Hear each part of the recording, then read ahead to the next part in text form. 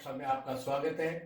अब तक आपने यदि वीडियो सब्सक्राइब नहीं किए हैं, लाइक नहीं किए तो करिए और पहले वाले वीडियो अवश्य देखें, क्योंकि उनके देखने के पश्चात ही आगे जब बढ़ेंगे तो आपको अच्छी तरह से समझ में आ सकता है। तो अब आज हम ले रहे हैं सिंह लग्न में कौन से ग्रह शुभ होते हैं और कौन से ग्रह अशुभ होते हैं। सर्वप्रथम हम देखें, लग्न का स्वामी सूर्य है जो शुभ की श्रेणी में होता है। पाप ग्रह यदि केंद्र का स्वामी हो तो वो शुभ फल तो देगा या नहीं देगा, लेकिन पाप फल नहीं देगा। इसलिए सूर्य को यहाँ पे शुभ की श्रेणी में हम मानेंगे। अब आइए आप दूसरा त्रिकोण लीजिए। ये है धनु राशि है, पंचम भाव में। पंचम का भाव का स्वामी बृहस्पति है और ये अष्टम में जाके बैठ गया। मतलब अष्टम में बैठ गया का मतलब दूसरी राशि उसकी अष्टम में चली गई।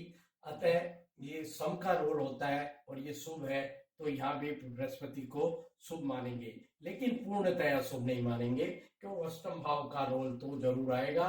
और कब आएगा? यदि बृहस्पति यहाँ बैठ जाए छठे भाव में होके नीच का, तो जरूर आपकी संतान को और आपको थोड़ा सा मतभेदता रहेगी और कष्ट भी रहेंगे और इतना ज्यादा शुभ फलदायी नहीं रहेगा बृहस्पति। फिर आते हैं दूसरे त्रिकोण में।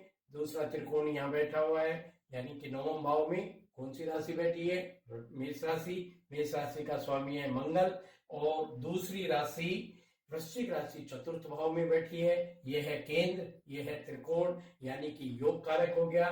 तो मंगल इस कुंडली में अच्छा होता है, लेकिन एक बाधक पति का भी रोल अदा करता है।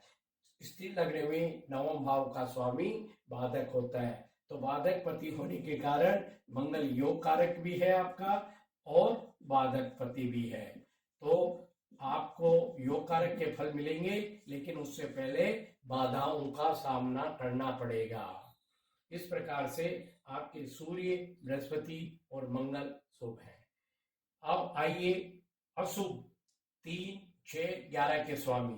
3 में आपकी तुला राशि है और 1 दशम भाव में पड़ रही है वृषभ राशि इसकी, शुक्र की।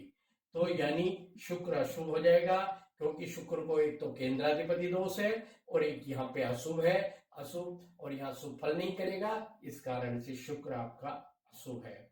फिर आइए आपके छठे भाव में मकर राशि है। मकर का स्वामी शनि है, तो शनि भी आपका अशुभ होगा, क्योंकि सप्तम भाव में दूसरी राशि उसकी मूल त्रिकोण राशि है कुंभ राशि। तो ये मारक भाव होने के कारण और यहाँ अशुभ होने के कारण शनि आपका अशुभ रहेगा, पूर्ण अशुभ रहेगा, आपको नुकसान ज्यादा करेगा।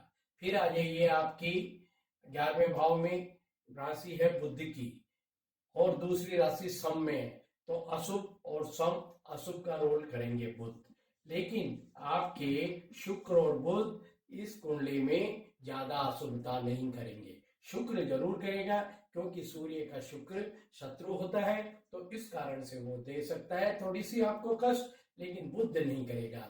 सूर्य का बुध मित्र समझिए या सम समझिए, सूर्य से तो सम है, लेकिन बुध आपस में थोड़ा सा सामंजस्य अच्छा रखते हैं। तो इस प्रकार से सबसे ज्यादा अशुभ रहेंगे इस कुंडली में शनि और सबसे ज्यादा शुभ रहेंगे मंगल। परंतु अब बचे हैं दूसरे और 12वें भाव की तरफ चले, तो यहाँ एक चंद्रमा बचा है। चंद्रमा वैसे सम है, क्योंकि उसकी एक ही राशि है, लेकिन लग्नेश का मित्र होने के कारण हम इसको भी शुभ में ही ले लेते हैं। पर ये शुभ भी करेगा, खर्चा कराएगा, अनावश्यक आपकी यात्राएं कराएगा, इस वजह से ये है।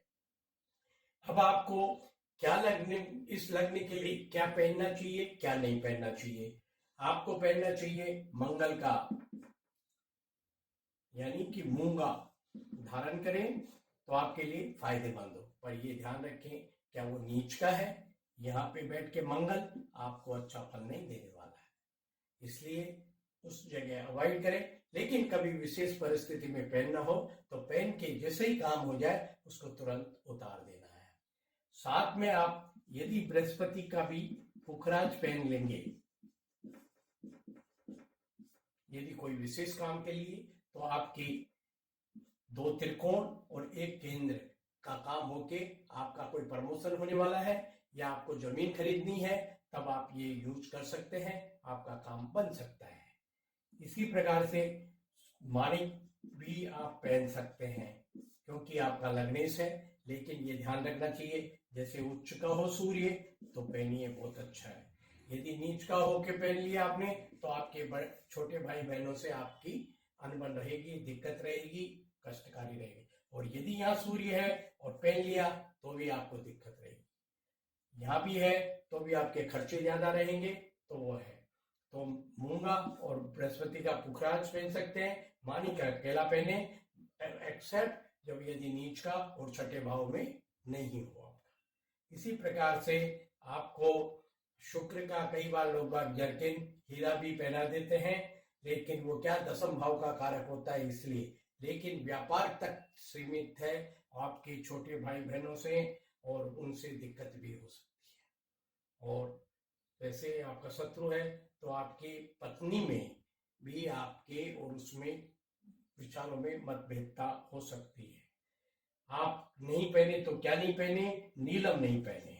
नीलम यदि आप पहनेंगे तो आपके लिए शारीरिक कष्ट और आप में शत्रुओं की वृद्धि और ये इस तरह से होंगी, तो आपको नुकसान कर सकती है। पन्ना आप पहन सकते हैं, आपको पन्ना पहनने से लाभ हो सकता है, पर किसके साथ पहनेंगे, सिर्फ माणिक के साथ पन्ना पहन सकते हैं। मूंगे के साथ आपने पन्ना पहन लिया तो आपकी दिक्कत हो जाएगी। ऐसे ही पुखराज के साथ आपने पन्ना पहन लिया तो आपको दिक्कत रहेगी, अतः ध्यान रखें और वो करें। ग्रहों की स्थिति को भी देखते हुए हमें प्रॉपर वे में सलाह लेके ही रत्न धारण करने चाहिए। धन्यवाद, देखते रहिए, सब्सक्राइब करिए। मैं पंडित मोहनलाल शर्मा, जयपुर चैप्टर चेयरमैन आईकास, और आपको क्लासें लेनी है तो संपर्क करिए। मेरे फोन नंबर आपके यहाँ उपलब्ध है, वीडियोज में देखते रहिए। धन्यवाद।